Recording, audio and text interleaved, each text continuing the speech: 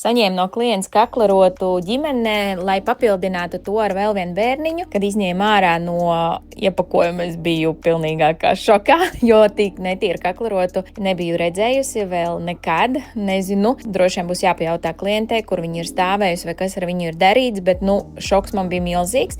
Jo tādu kaklarotu sūtīt atpakaļ es katrā ziņā nevaru, un es pat nevaru tur neko pielikt klāt. Notīrīju kaklarotu ar rotu tīrāmo salveti, kā redzams arī video, un tā ļoti labi tiek galā ar šādiem te trakiem nosūbējumiem. Pēc tam kaklarotu ir svarīgi nomazgāt siltā ziepjūdenī un kārtīgi nosusināt. Vislabāk pēc tam izpūst ar fēnu, lai kaklarota pilnībā paliktu sausa, jo sudrabam mitrums nepatīk.